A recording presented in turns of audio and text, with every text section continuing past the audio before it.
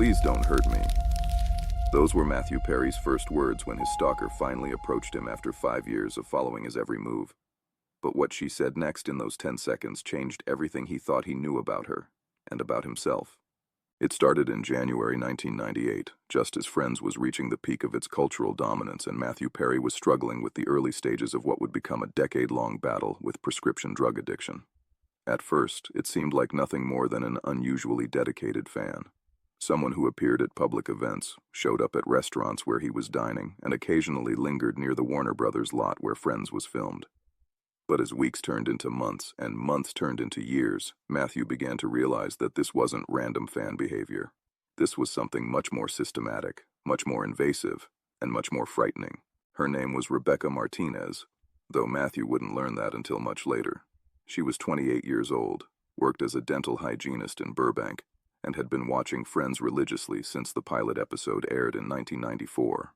What had started as casual admiration for the show had slowly evolved into an obsession with Matthew specifically, and that obsession had gradually consumed her entire life. Rebecca's behavior followed patterns that security experts would later recognize as classic stalking. She learned Matthew's routines by watching him from a distance, identified the places he frequented, and began timing her own activities to coincide with his. She would sit in the same coffee shop where he got his morning coffee, work out at the same gym during his usual hours, and eat at the same restaurants where he often had dinner. From Matthew's perspective, this woman seemed to be everywhere he went. No matter how he varied his routine or tried to be unpredictable, she would appear, always at a distance, always watching, but never approaching directly. The consistency of her presence made him increasingly paranoid and anxious, adding another layer of stress to a life that was already complicated by his addiction and the pressures of starring in one of television's most popular shows. Matthew's security team, hired by Warner Brothers to protect the Friends cast from overzealous fans, had been aware of Rebecca for years. They had identified her as a persistent follower and had developed protocols to keep her away from Matthew during public appearances and at the studio. But they couldn't control her behavior in public spaces, and they couldn't prevent her from appearing at the same locations Matthew frequented in his private time. She was like a ghost, Matthew would later recall. Every time I thought I was having a normal private moment, getting coffee, going to the gym, having dinner, I would see her there. Not approaching, not talking, just watching. It was terrifying because I never knew what she wanted or what she might do. The psychological impact of being stalked was profound and cumulative. Matthew found himself constantly looking over his shoulder, changing his routes home, and avoiding places he enjoyed because he couldn't bear the thought of seeing her there again. His sleep patterns became erratic as he worried about her appearing at his home, and his relationships suffered because he was reluctant to go out in public where she might be watching. His Friends co-stars noticed the change in his behavior and tried to offer support, but Matthew found it difficult to explain the specific kind of fear that comes from being stalked. Unlike a direct threat or confrontation, stalking creates a constant state of vigilance and anxiety that is exhausting to maintain and difficult for others to understand. By 2001, Rebecca's behavior had escalated. Instead of just appearing at the same locations, she began leaving notes on Matthew's car windshield, sending letters to his agent, and showing up at his apartment building. The notes were never threatening. They were usually expressions of admiration or concern for his well-being. But their frequency and the intimate knowledge they revealed about his daily activities made them deeply unsettling. Matthew's security team recommended that he obtain a restraining order against Rebecca, but he was reluctant to take legal action for several reasons. First, her behavior, while intrusive and frightening, was not explicitly threatening or illegal. Second, he was concerned about drawing public attention to the situation, which might encourage copycat behavior from other unstable fans. Finally, his addiction had made him somewhat paranoid and unclear about whether his fears were proportional to the actual threat. The situation reached a breaking point on March 15, 2002, Matthew's 33rd birthday. He had planned a quiet celebration at a small Italian restaurant in Beverly Hills with a few close friends, thinking that the intimate nature of the gathering would make it unlikely for Rebecca to discover his location. But when Matthew arrived at the restaurant, she was already there, sitting alone at a corner table with a direct view of the entrance. For the first time in 5 years of this torment, she didn't try to hide her presence or maintain her usual distance. Instead, she looked directly at him and stood up from her table. Matthew's first instinct was to leave immediately, but something about her demeanor stopped him. Instead of the focused intensity he had become accustomed to seeing in her eyes, she looked nervous, almost as frightened as he was. She approached him slowly, her hands shaking visibly, and spoke in a voice that was barely above a whisper. "Mr. Perry," she said, I know you're scared of me, and you have every right to be. But please, please don't hurt me. I need to tell you something, and then I promise I'll leave you alone forever. Matthew's immediate response was instinctive and defensive. Please don't hurt me, he replied, stepping back and looking around for his security team or restaurant staff who might intervene. But Rebecca's next words, spoken in those crucial 10 seconds that followed, completely transformed his understanding of everything that had happened over the past 5 years.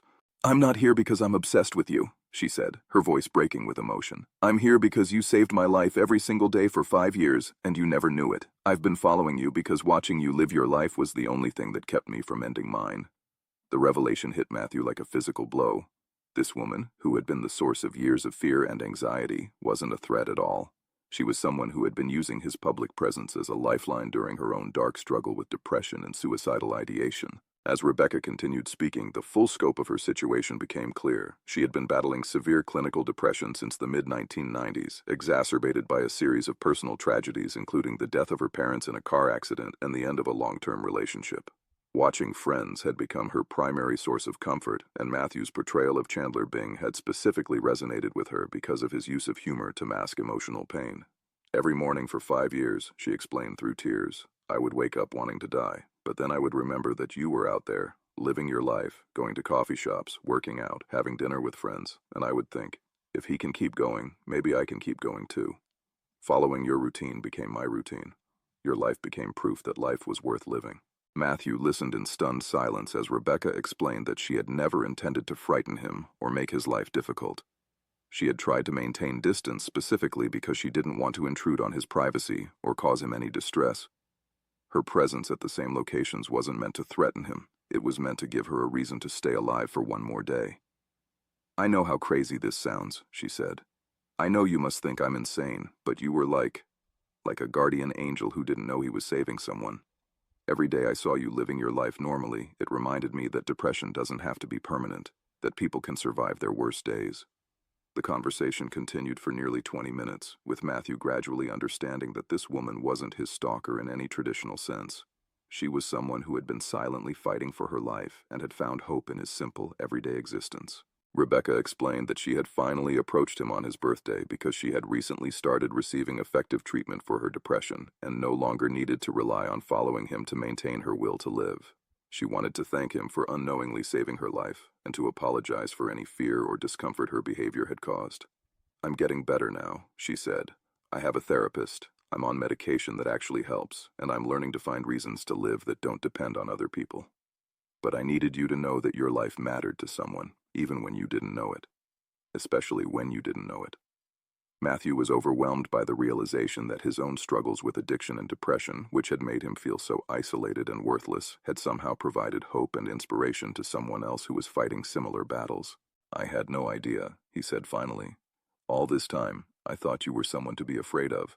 I never thought that my life could mean something to someone else, especially during a time when it barely meant anything to me.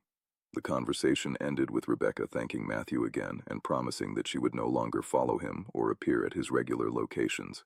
She had gotten the closure she needed and was ready to build a life that didn't depend on his presence for stability. True to her word, Rebecca disappeared from Matthew's life as suddenly as she had entered it. He never saw her again at his usual haunts, never received another note on his car windshield, never felt the unsettling sensation of being watched from across a restaurant. But the impact of that 10-second revelation lasted far longer than the 5 years of fear that had preceded it. Matthew began to understand that his life, even in its most troubled and chaotic moments, had value and meaning beyond what he could see or understand. The experience also changed his perspective on his addiction and recovery. Knowing that someone had found hope in his daily struggle to keep living gave him a new reason to take better care of himself and to view his recovery not just as personal healing, but as a responsibility to others who might be watching and drawing strength from his example. Years later, when Matthew began speaking publicly about his addiction and mental health struggles, he would often reference this experience without revealing the specific details. He would talk about learning that you never know who might be counting on you to keep going, even when you don't want to keep going yourself. Matthew never found out what happened to Rebecca after that night in the restaurant, but he often wondered whether she had continued her recovery and whether she had found sustainable sources of hope and meaning in her own life. The story of Matthew Perry and Rebecca Martinez isn't just about stalking or celebrity obsession.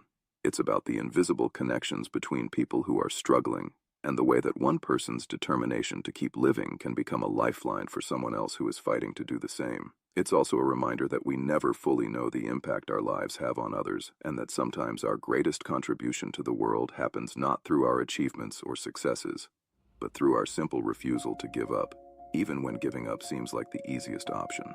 For Matthew Perry, those 10 seconds of revelation on his 33rd birthday became a turning point in his understanding of his own worth and his responsibility to others who might be watching from a distance, drawing strength from his example without his knowledge.